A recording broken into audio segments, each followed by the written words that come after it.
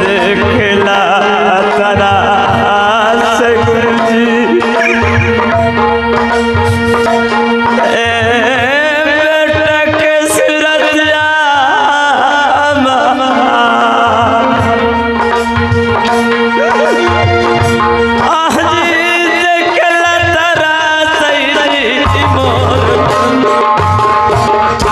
गुरुदेव क्या मैं बेटा की सूरत देखने के लिए हमारे दिल से कब से बेचैन है। बेटा रुदल पर वहाँ तुम जा नहीं सकते हो। यदि तुम चला गया तो तुम भी वहाँ पर भेड़ा कंकर पत्थर सुगा बना दिया जाएगा। सीर के कला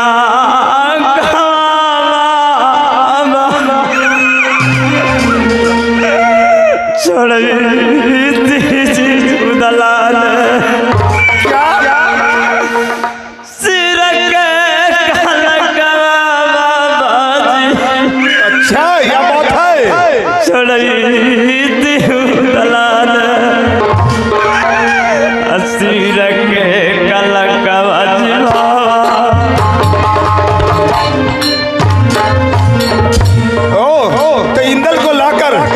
साबित करना चाहता है कि नहीं मारा हूँ। जो कलंक चढ़ाए गए सिर के ऊपर छुड़ाना चाहता है, पर तुम जाएगा कैसे?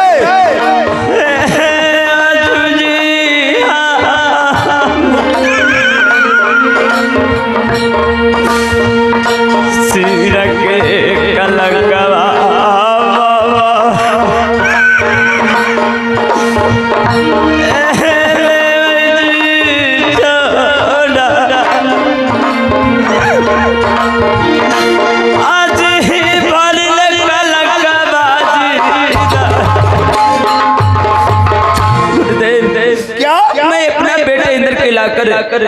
अपना भारी जो कलंक लदा हुआ था अपने कलंक से मैं मिटा लेता है।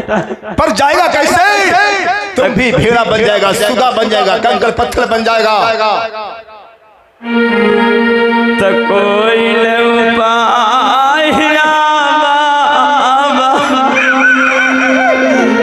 बता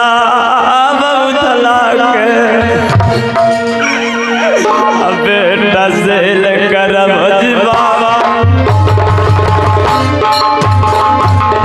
नारायण नारायण नारायण नारायण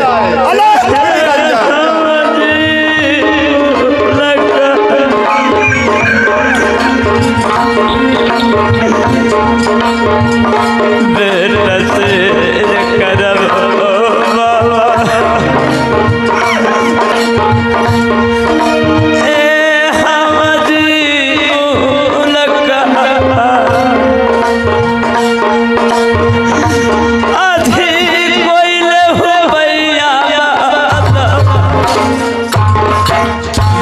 गुरुदेव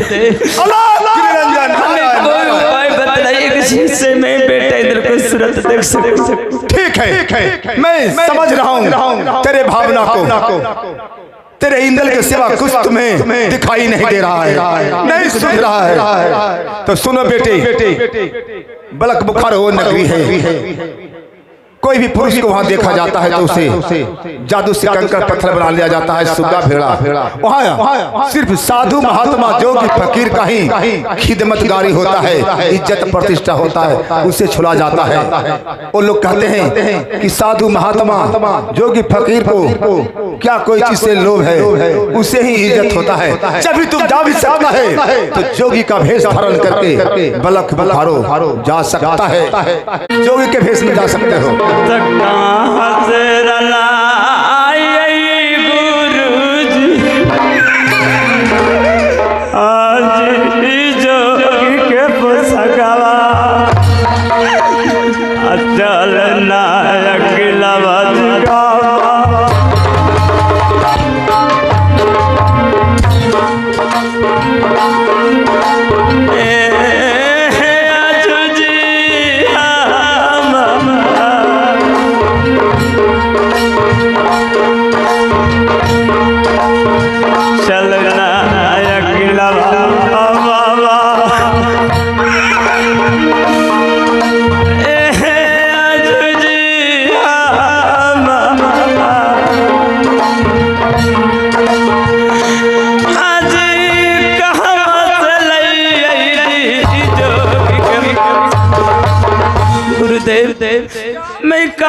मैं जोगी के पोशाक लाऊं। ठीक कहते हो, तुम तो अल्लाह के नजरों में मरा हुआ है। हाँ गुरुदेव। अल्लाह तुम्हें जलाल के हाथ मारने के लिए जंगल में भेज दिया था, पर तुम्हारी भाभी ने तुम्हें जान बचा लिया है। तुम तो मुहबा जा नहीं सकते हो। ऐसा करो, तुम्हारे चचेरानी मौसेरा भाई सिरसा का मलखान है, तुम मलखान के पास चले जाओ। ऐ पूरे कहानी को कहना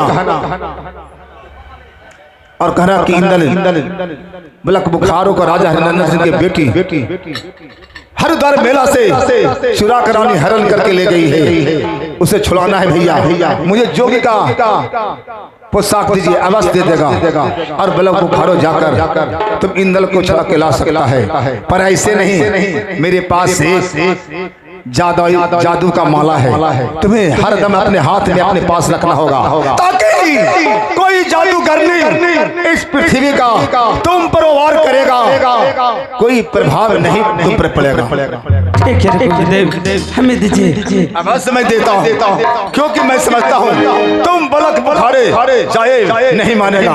इसको अपने हाथ में रखना होगा, अपने बदन से अलग नहीं करना है, नहीं तो जादू से तुम्हें भी वहाँ कंकड़ पत्थर बकड़ा सुगा बनाकर छोड़ देगा। और यदि तेरे हाथ में ये रह गया, कोई जादू तुम पर प्रभाव नहीं पड़ेगा। ठीक है गुरुदेव। चलो सफल होना। गुरुदेव के चरणों में प्रणाम करता चाहे समय सीधा तुम चले जाओ सिरसा मलखान के पास, और तुम जोगी का कपड़ा मांग लेना, अवश्य देगा। ठीक है गुरुदेव, मैं चल रहा हूँ। जाओ। मैं तो समझो अब लागल का चहारिया रहल राजे जब सिरसा में हो रहा, किया हो रहा राजे जब सिरसा में हो रहा, कि जहमा करा हलना, किया हो रहा वीर माला खन बना हो, जहाँ करा हलना।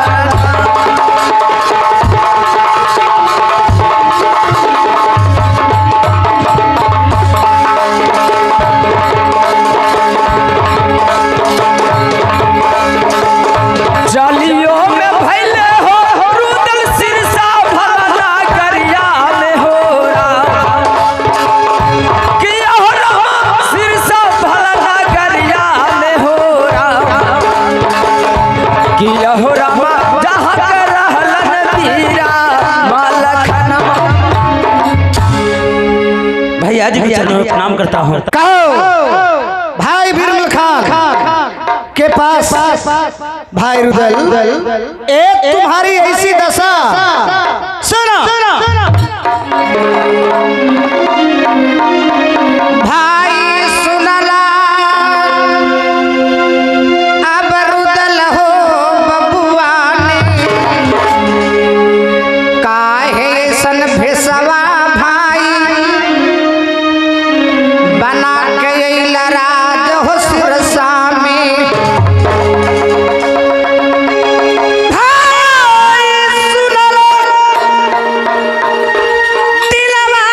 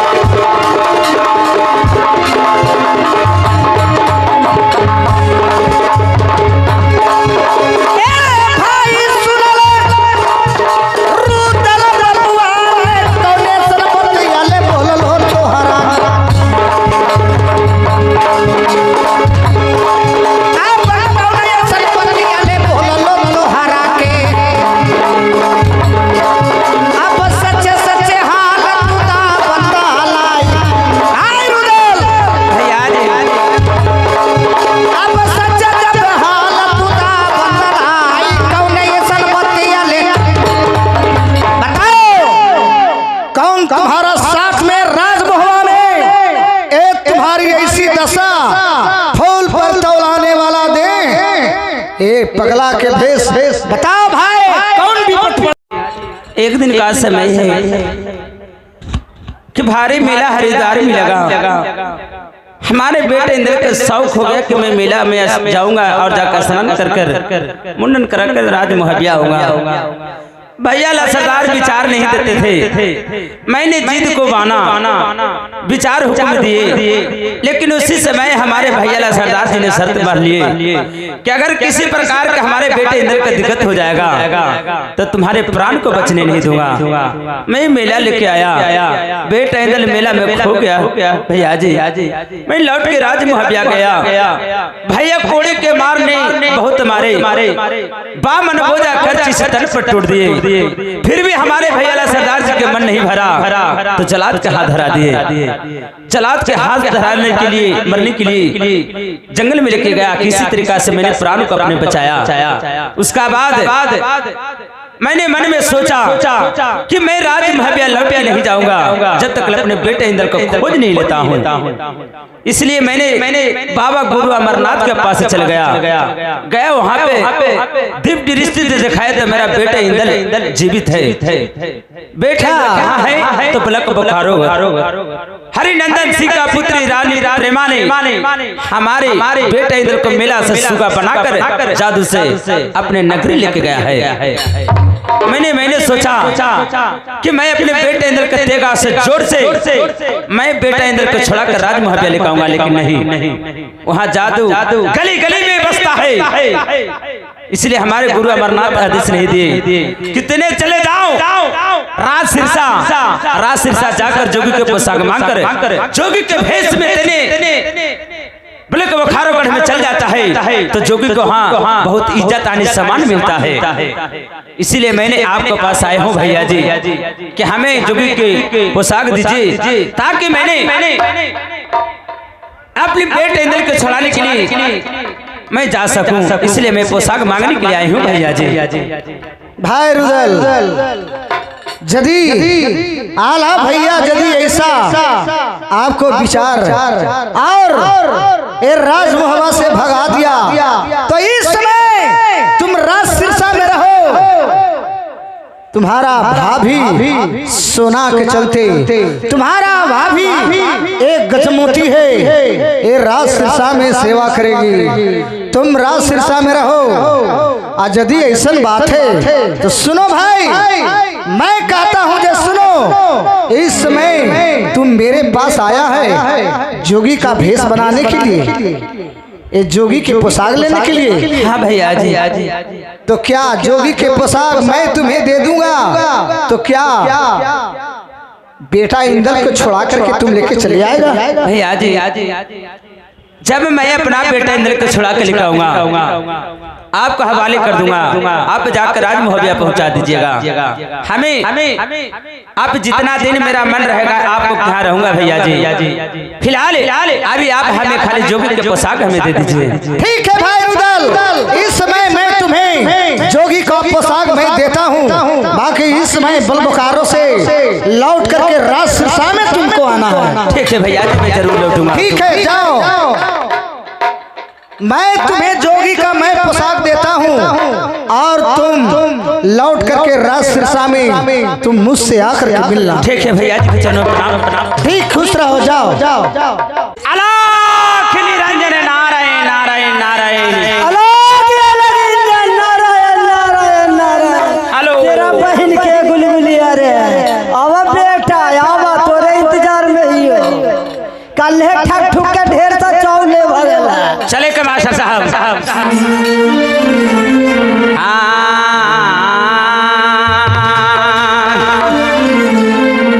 आहो झुमते झुमाते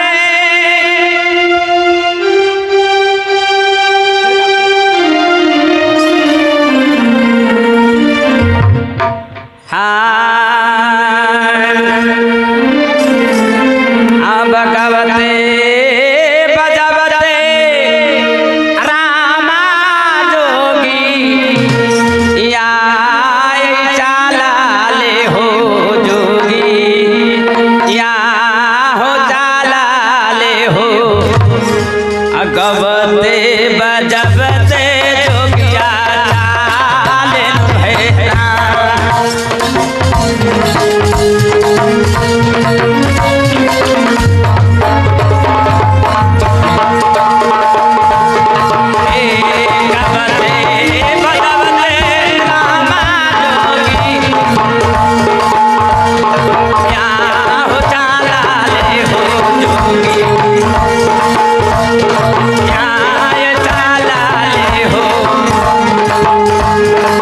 वही धाम दुनिया में हंगामा आया।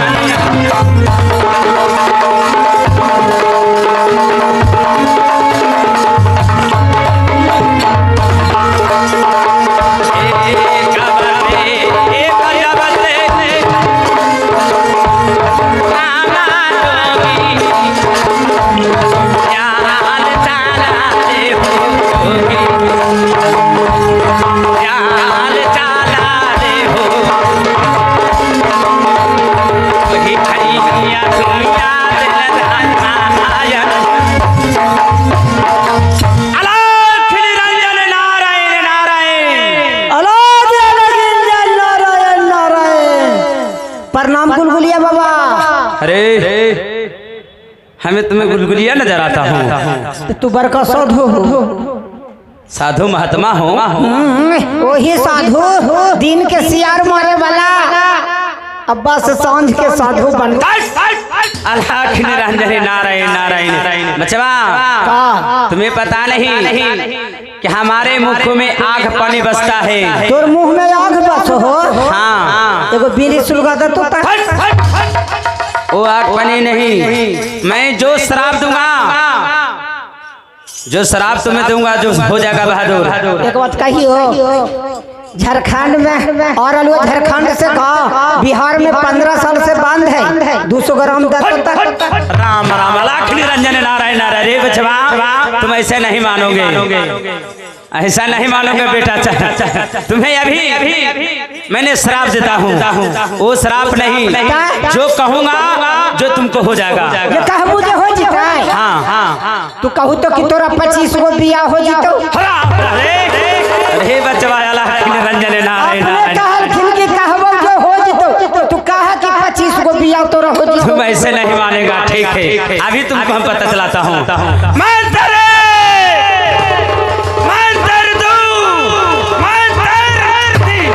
हाथ तेरा बाप हम कही कि गुलगुली बाबा बाबा आगे मैया ए बाबा 6-7 रोज के बाद विश्वा है बाबा।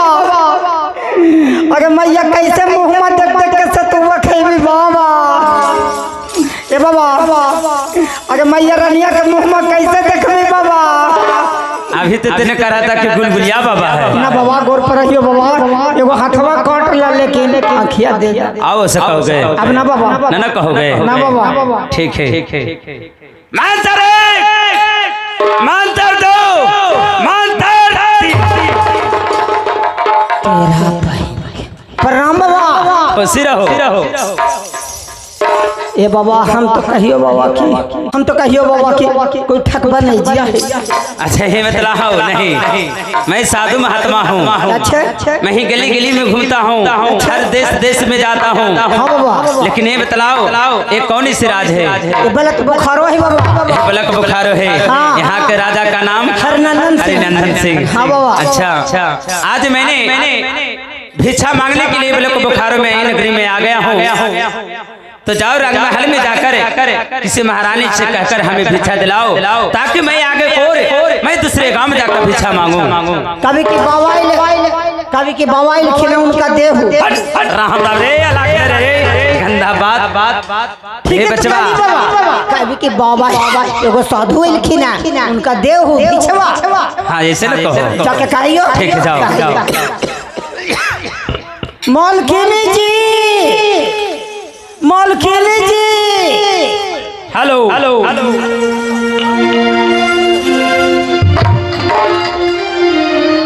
मालकिनी जी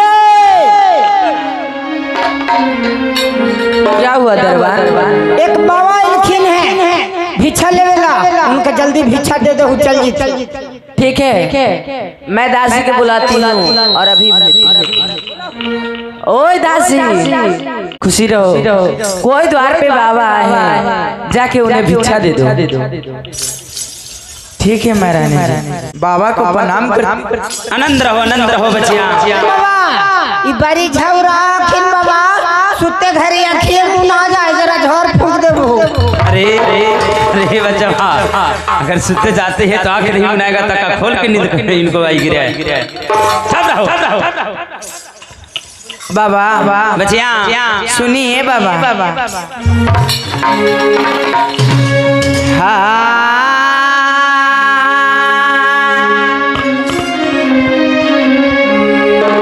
कहाँ या सथनिया बाबा पाड़ा अहो माँ कनमा बाबा पाड़ा अहो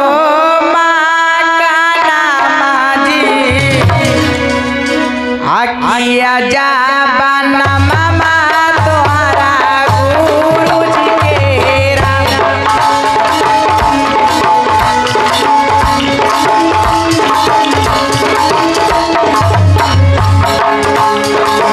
कहाँ या सथनिया जी बाबा पाड़ा अहो माँ काना माले पाड़ा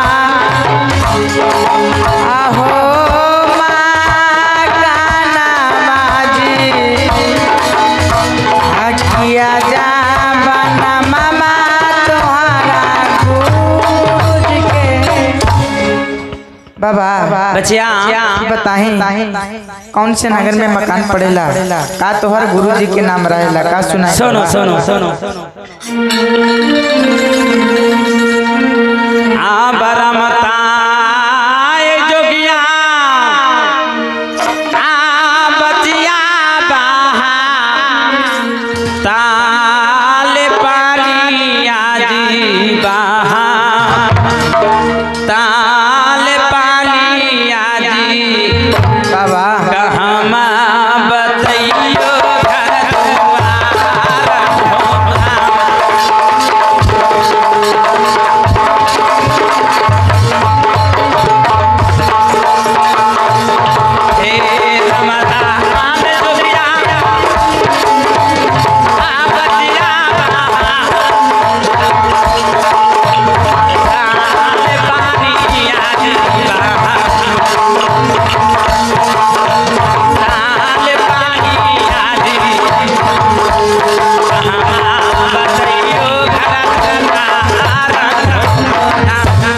बचिया बाबा रमता जोगी बहता पानी जहाँ सांझ वहाँ बिहान जो कि फकीर का घर द्वार नहीं होता है। जहाँ भिक्षा मांगता हूँ वही खा पी का हम लोग आराम करता हूँ।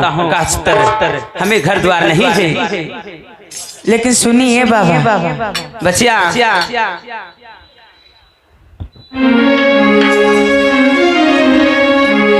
कि छोटे ले उमरिया में बाबा पाना आगाइला जोगिया बाबा बानी आगाइला जोगिया जी आकिया तिरिया बिरहिना बोलिया बोल राय रा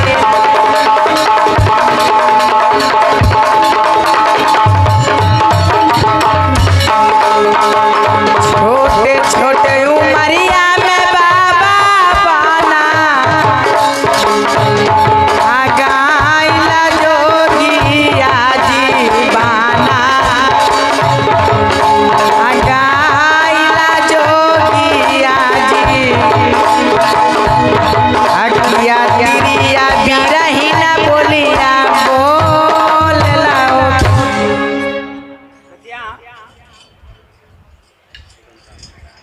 सानो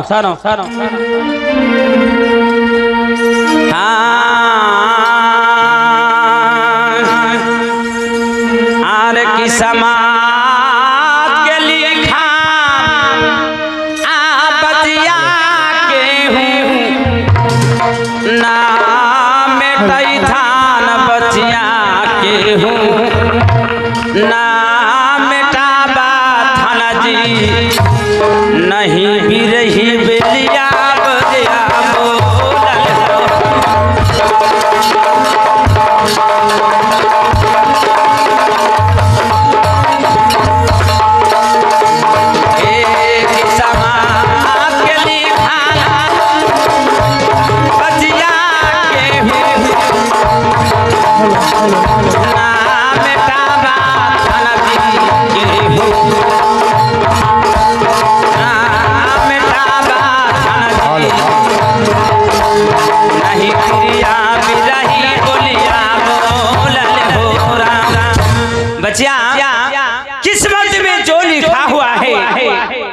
ब्रह्मा जी को मिटा नहीं सकते हैं, नहीं हमारे बिरही हमारे तिरिया बिरही बोली बोली है, किस्मत के हमारे जो लिखा है कोई नहीं मिटा सकता है। ठीक है भाई बाबा, अब ले भिक्षा। लेकिन बचिया बाबा अरे कौन जा बरहला आ बचिया हाँ बाबा महालिया के ले महालिया के सच्चे हलिया ले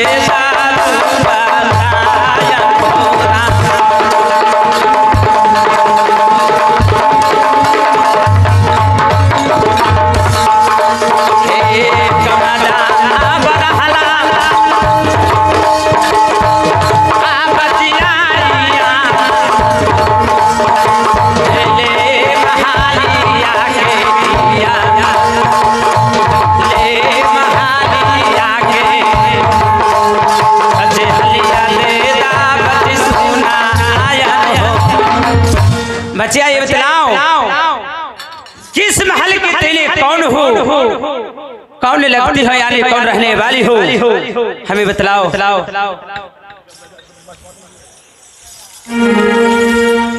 का बाबा इस महल के रहने कौन लगती हो? सुनिए बाबा,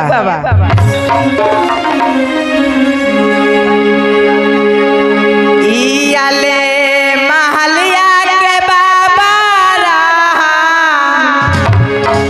आलियो बांधिया जी रहा आलियो बांधिया जी सच जा बहालिया दे दिवाता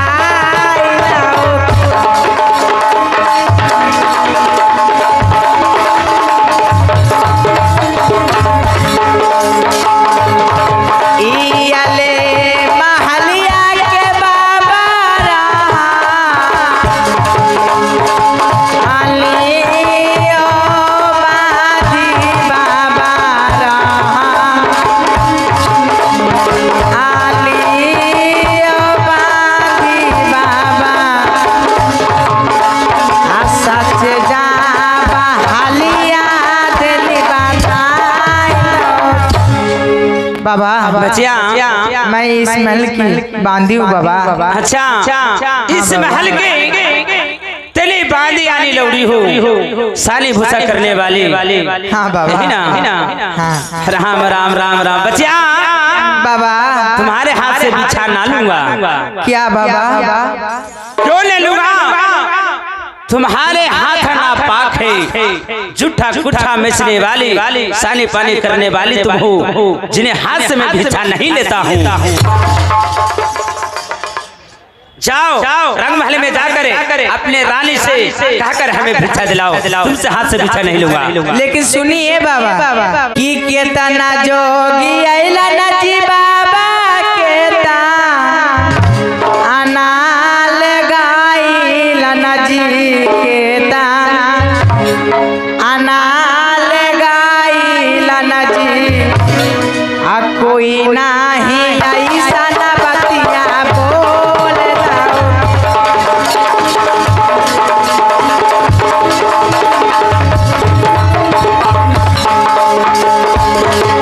केतना जोगी अइलन ले बाबा केता अनाले गाइलन जी केता